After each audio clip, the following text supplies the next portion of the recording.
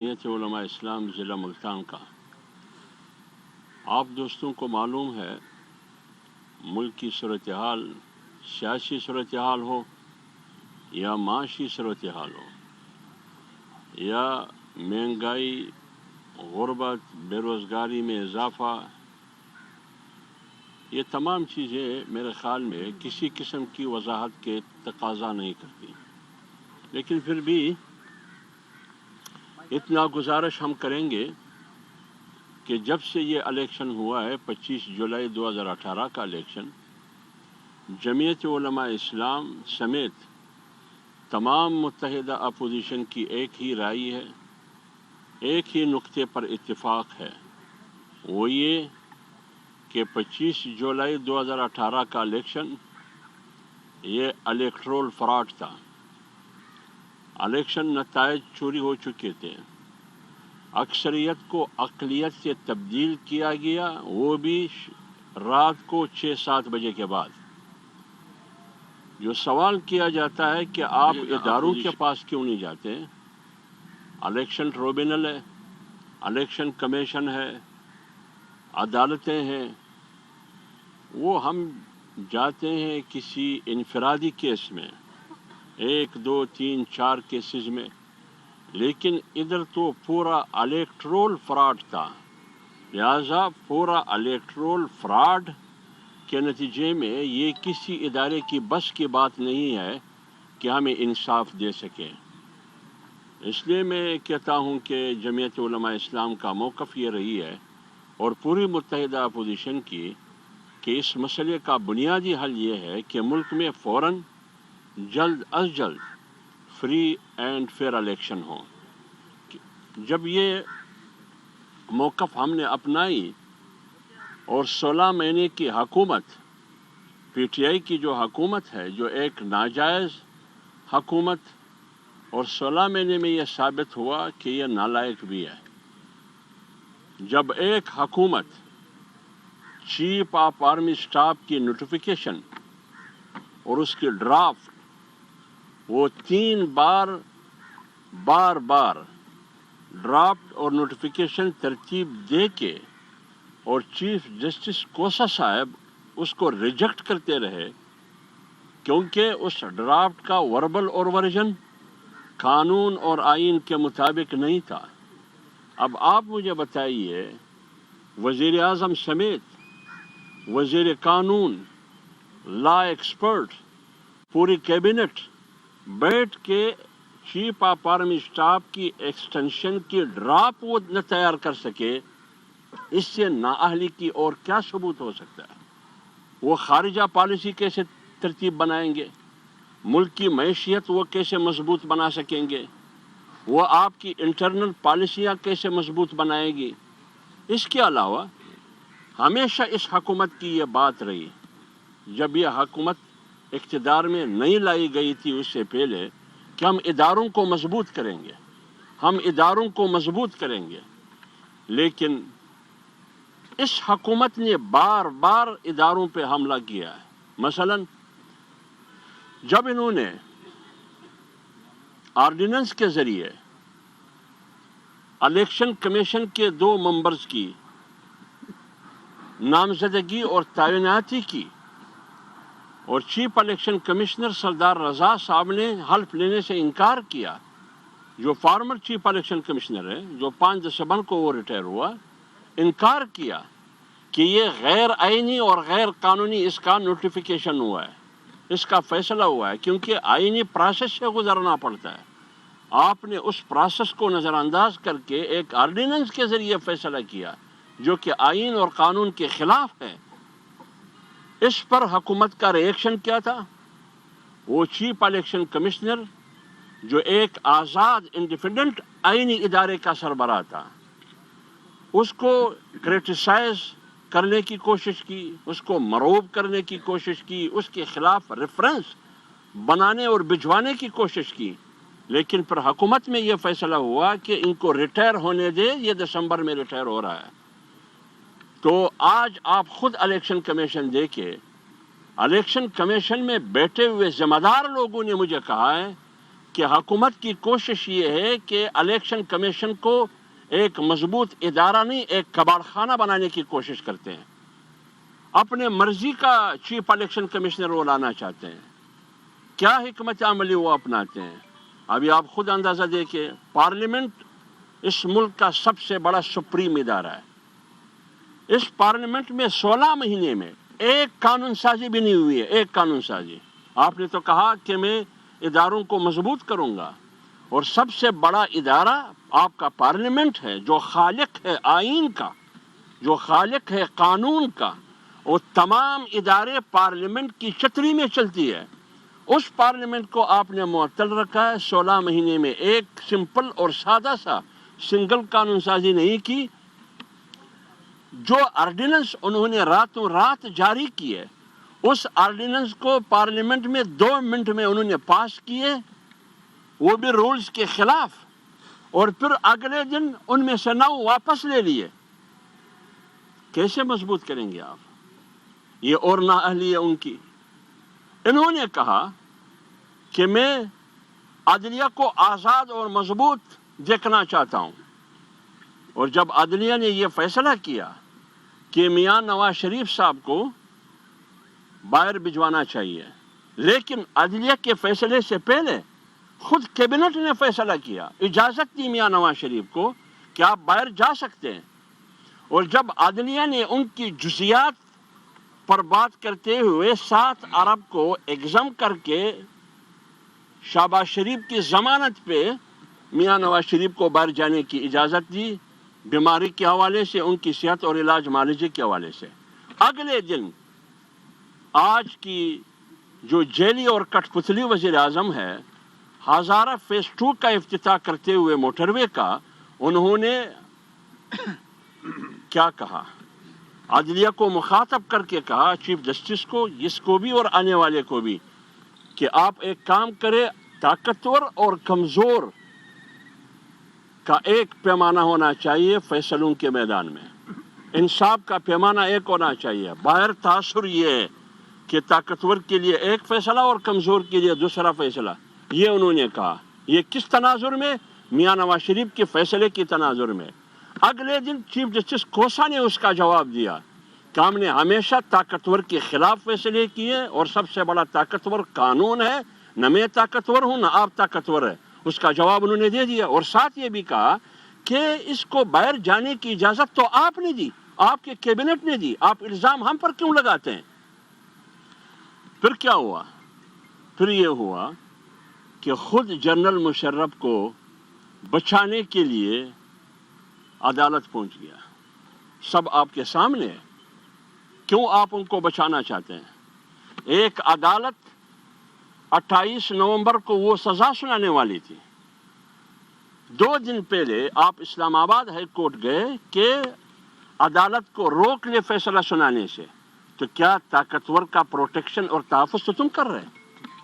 اسی طرح اصغر خان کیس میں سپریم کورٹ کا فیصلہ موجود ہے، انہوں نے آپ کو کہا ہے کہ FIA کے ذریعے ان کی انکوائری کرے، جو نامنیٹ لوگ ہیں، جو ملوث لوگ ہیں، ان کو سزا دینی چاہیے، ان کے خلاف کارروائی ہونی چاہیے۔ آپ نے اس کو بھی معطل رکھا ہے۔ پھر آپ کے خلاف جو کیسز تھے اینٹی ٹیررسٹ کورٹ میں، جب آپ نے پارلیمنٹ پہ حملہ کیا، پولیس وین پہ، اسٹیشن پہ حملہ کیا، آپ کے خلاف کیسز تھے۔ آپ کا وکیل جاتا ہے، سرکاری وکیل، کہتے ہیں کہ آپ عمران خان کو، وزیر اعظم کو اس کیس میں بری کرے۔ کیوں؟ آپ طاقتور ہے اس بنیاد پر۔ آپ نے تو کہا کہ طاقتور اور کمزور کا ایک پیمانہ ہونا چاہیے، تو یہ کون سا پیمانہ ہے؟ اس لیے بات کرنا اور پھر عملاً پریکٹیکلی طور پر منافقت دکھانا، یہ اس حکومت کا شیوا ہے۔ انہوں نے کہا کہ قوم جب وہ دھرنے میں تھے، وہ جتھے میں تھے، وہ کہتے تھے جب 1 روپیہ ٹیکس بڑھتا ہے تو آپ یہ سمجھو کہ اوپر بیٹھے والا، جو بیٹھا ہوا شخص ہے وزیر اعظم، وہ چور ہے۔ یہ انہوں نے کہا۔ آج بجلی مہنگی، گیس مہنگی، مختلف ٹیکسز، جس کا مطلب یہ ہے کہ آپ کے اصول کے مطابق آپ چور ہیں، آپ کی حکومت چور ہے۔ پھر آپ نے احتساب کی بات کی کہ احتساب احتساب احتساب، کرپٹ مافیا کو میں نہیں چھوڑوں گا، تو آپ نے خیبر پختونخوا کا احتساب کمیشن کیوں بند کیا؟ اس کا جواب آپ کو دے دیں. جب اپوزیشن کی احتساب کی باری آتی ہے تو آپ کہتے ہیں کہ سب کو جیل میں ڈال دوں گا. جب آپ کی احتساب کی باری آتی ہے پھر آپ احتساب کمیشن کو تالا لگاتے ہیں.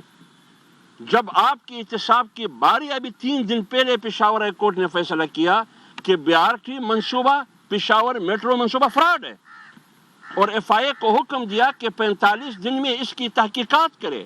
اور اتنا بڑا فراڈ کہ 1 کلومیٹر 2.5 ارب روپے کی لاگت سے 1 کلومیٹر. اور آپ نے کیا کیا؟ آپ نے ہائی کورٹ کے فیصلے کے خلاف فیصلہ کیا کہ میں نے سپریم کورٹ جانا ہے کہ FIA کو تحقیقات سے روک دے. اس سے پہلے بھی پشاور ہائی کورٹ نے فیصلہ کیا تھا اسی میٹرو پشاور کے بارے میں، نیب کو کہ اس کی تحقیقات کرے. اس پشاور ہائی کورٹ کے فیصلے کے خلاف بھی آپ سپریم کورٹ گئے اور آپ نے اسٹے لیا. اور آپ تو یہ کہا کرتے تھے کہ میں احتساب دینے کے لیے تیار ہوں، تو پھر آپ عدالت کے پیچھے کیوں چھپنے کی کوشش کرتے ہیں؟ آپ تو اپوزیشن کو پر الزام تراشی کرتے تھے کہ وہ اسٹے کے پیچھے چھپنے کی کوشش کرتے ہیں. آپ خود کیا کر رہے ہیں؟ اور پھر فارن فنڈنگ کیس ہے. آپ کہتے ہیں کہ میں احتساب کے لیے تیار ہوں اور مدینہ کی ریاست ہے. یہ مدینہ کی ریاست کا تقاضا یہ ہے کہ سب سے پہلے اپنے آپ کو احتساب کے لیے پیش کرے، لیکن آپ احتساب سے بھاگ رہے ہیں، رائے فرار اختیار کر رہے ہیں. فارن فنڈنگ کیس 5 سال سے مسلسل چل رہا ہے، وہ 60 درخواستیں آپ نے اس مقصد کے لیے دی ہے کہ فارن فنڈنگ کا فیصلہ نہ ہو سکے. آپ نے الیکشن کمیشن کی اختیارات کو بھی چیلنج کیا. تو اگر آپ چور نہیں ہے، اگر آپ کی فارن فنڈنگ کیس میں گڑبڑیشن نہیں ہے، تو پھر آپ کیوں بھاگنے کی کوشش کرتے ہیں؟ فارن فنڈنگ کیس کا فیصلہ کرنے کیوں نہیں دیتے ہیں؟ اس لیے ہم کہتے ہیں کہ یہ احتساب کے نام پر انتقام ہے. اور جیسے کہ چیف جسٹس سعید کوسہ نے آج سے 1.5 مہینے پہلے کہا یا 2 مہینے پہلے کہ مجھے احتساب کے نام پر سیاسی انجینئرنگ اور سیاسی انتقام نظر آ رہا ہے. تاثر قوم کو یہ مل رہا ہے کہ یہ انتقام ہے. بالکل ٹھیک کہا انہوں نے، بالکل انہوں نے حالات کو دے کر یہ ریمارکس انہوں نے کرسی پر بیٹھ کے انہوں نے دی، جب آپ خود احتساب کے لیے تیار نہیں ہے. پھر عوام کو ریلیف دیں گے. اتنے بے حس کابینہ، اتنے بے حس حکومت. ٹماٹر کلو 260 روپے، ان کا مشیر خزانہ کہتے ہیں کہ ٹماٹر کلو 17 روپے. یار یا تو آپ کو غریب کا احساس ہونا چاہیے یا تو غربت کا احساس ہونا چاہیے. اور ان کی ایک وزیر ہے وہ ڈاکٹر فردوس، پتہ نہیں کس چیز کی ڈاکٹر ہے، ذرا یہ بھی پتہ کر لیں وہ کس چیز کی ڈاکٹر ہے. اس ڈاکٹر کا پتہ کر لیں. اس کا بھی سیاسی قبلہ معلوم نہیں ہے. مشرف کے ساتھ بھی رہی، آصف علی زرداری کے ساتھ بھی رہی، آج عمران خان کے ساتھ بھی ہے، اور گیلی پچ پہ کھیل رہی ہے. اور آپ کو پتہ ہے گیلی پچ پہ گیند آپ نہیں کھیل سکتی. اور آپ 25 جولائی کو ہی آؤٹ ہو چکی تھی، پھر آپ ٹیم کا حصہ کیسے بنی؟ لہذا آپ کا کپتان بھی 0 اور انڈے پر آؤٹ ہو چکا ہے. باوجود اس کے آؤٹ ہو چکا ہے کہ امپائر بھی ان کے ساتھ ہے، فیلڈر بھی ان کے ساتھ ملا ہوا ہے، کیپر بھی ان کے ساتھ ملا ہوا ہے، لیکن انڈے پر وہ آؤٹ ہو چکا ہے. 16 مہینے سے پچ پر کھڑا ہے. اور آج تو تماشائی بھی ان کے ساتھ نہیں دے رہا ہے. تماشائی بھی کہتے ہیں کہ چلو نکلو، 22 کروڑ عوام کہتے ہیں. اور ایک وزیر کہتے ہیں اگر آپ ٹماٹر نہیں خرید سکتے تو دہی استعمال کریں. آپ خود بتائیے یہ کس قسم کی حکومت ہے؟ ان کی معاشی پلان، میں بار بار کہتا ہوں، ان کی معاشی پلان کیا ہے؟ ان کی معاشی ویژن کیا ہے؟ سب سے پہلے آپ لوگوں کو یاد ہوگا انہوں نے کہا کہ لیٹرین کے دیوار پر میں کیا لگاؤں گا، واٹس ایپ نمبر لگاؤں گا، جس نے لیٹرین صاف نہیں کیا اس کو جرمانہ کریں گے. یہ ان کی معاشی پلان یہاں سے شروع ہوئی، لیٹرین کی صفائی سے. پھر کیا کہا؟ انڈے دیں گے. آپ نے تاریخ میں ایسا وزیر اعظم دیکھا کہ وہ کہتے ہیں میں انڈے دوں گا؟ پہلی دفعہ ایک وزیر اعظم دیکھا کہتے ہیں کہ میں انڈے دوں گا۔ آپ نے مرغے کی بات کی اور مرغیوں کی بات کی، پھر آپ نے بکرے کی بات کی، بکریوں کی بات کی، کٹھے اور بینسوں کی بات کی، پھر آخر میں لنگر خانے کھول دیا۔ لیکن دیگر ممالک میں کارخانے وہ کھولتے ہیں، لیکن آپ کا خاتمہ کس چیز پر ہوتا ہے؟ لنگر خانے کھولنے پر۔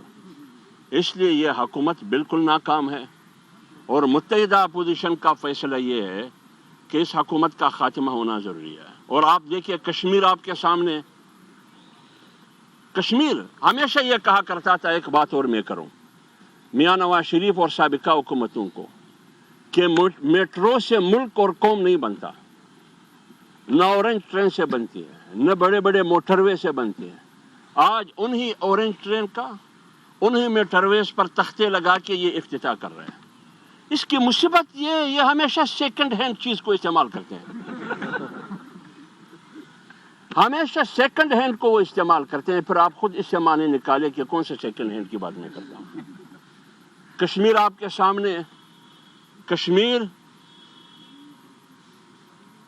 کیسے ہاتھ سے نکلا؟ آپ نے کشمیر کے لیے کیا کیا؟ 500 دن ہو گئے، 5 مہینے ہو گئے، نہیں 5 مہینے ہو گئے، تقریباً 126 دن یا 130 دن ہو گئے، 5 مہینے ہو گئے کشمیر، پورا مقبوضہ جموں کشمیر قید خانہ بن چکا ہے، وہ جیل خانہ بن چکا ہے، وہ گونٹانامو بے بن چکی ہے۔ آپ نے کیا کیا؟ آپ نے نریندر مودی کی الیکشن جیتنے کے لیے کہا کہ نریندر مودی کی جیتنے میں کشمیر کے مسئلے کا حل ہے، وہ ریکارڈ پر موجود ہے۔ آپ اتنے نااہل ہیں، آپ نے اس کا، میں نے پوسٹر نہیں پڑھا تھا کہ میری کامیابی میں میں مقبوضہ کشمیر کو دلی کا حصہ بناؤں گا، اس کی مستقل حیثیت کو ختم کروں گا۔ اس کی تقاریر آپ کے سامنے نہیں ہے۔ ہم جیسے لوگ جو وزیر اعظم کا خواب کبھی دیکھا ہی نہیں ہے، نہ دیکھیں گے۔ آپ تو وزیر اعظم بن رہے تھے، آپ نے مطالعہ نہیں کیا اپنے دشمن کا کہ وہ کشمیر کے بارے میں کیا کہتے ہیں۔ آپ نے UN سیکورٹی کونسل میں انسانی حقوق کا جو کمیشن ہے، اس میں 16 ممالک کی سپورٹ حاصل نہ کر سکے۔ الٹا آپ نے کیا کیا؟ بھارت کو ووٹ دیا آپ نے، UN سیکورٹی کونسل کا ممبر بننے کے لیے آپ نے بھارت کو ووٹ دیا۔ ابھی دلی نے 1 مہینہ پہلے لداخ کے لیے علیحدہ گورنر کا تقرر کیا ہے، آپ کا کوئی مذمتی بیان نہیں آیا۔ LAC پر ہماری فوجوں کی لاشیں گر رہی ہیں، آئے روز لڑائی ہے، ہندوستان کی اشتعال انگیزی ہے۔ مقبوضہ کشمیر میں خواتین، بچوں، بوڑھوں، نوجوانوں کے ساتھ کیا ہو رہا ہے؟ ظلم کی داستانیں ہیں۔ چنگیز خان نے ایسے نہیں کیے جیسے یہ کر رہے ہیں، نہ ہلاکو خان نے کیے، اور آپ کیا کر رہے ہیں؟ آپ کرتارپور کھول رہے ہیں۔ کس کے لیے کھول رہے ہیں؟ بات سکھوں کی کرتے ہیں لیکن راستہ قادیانیوں کو دیتے ہیں۔ یہ آپ کی پالیسی ہے، تو لہٰذا کشمیر بھی آپ نے فروخت کیا، بیچ دیا۔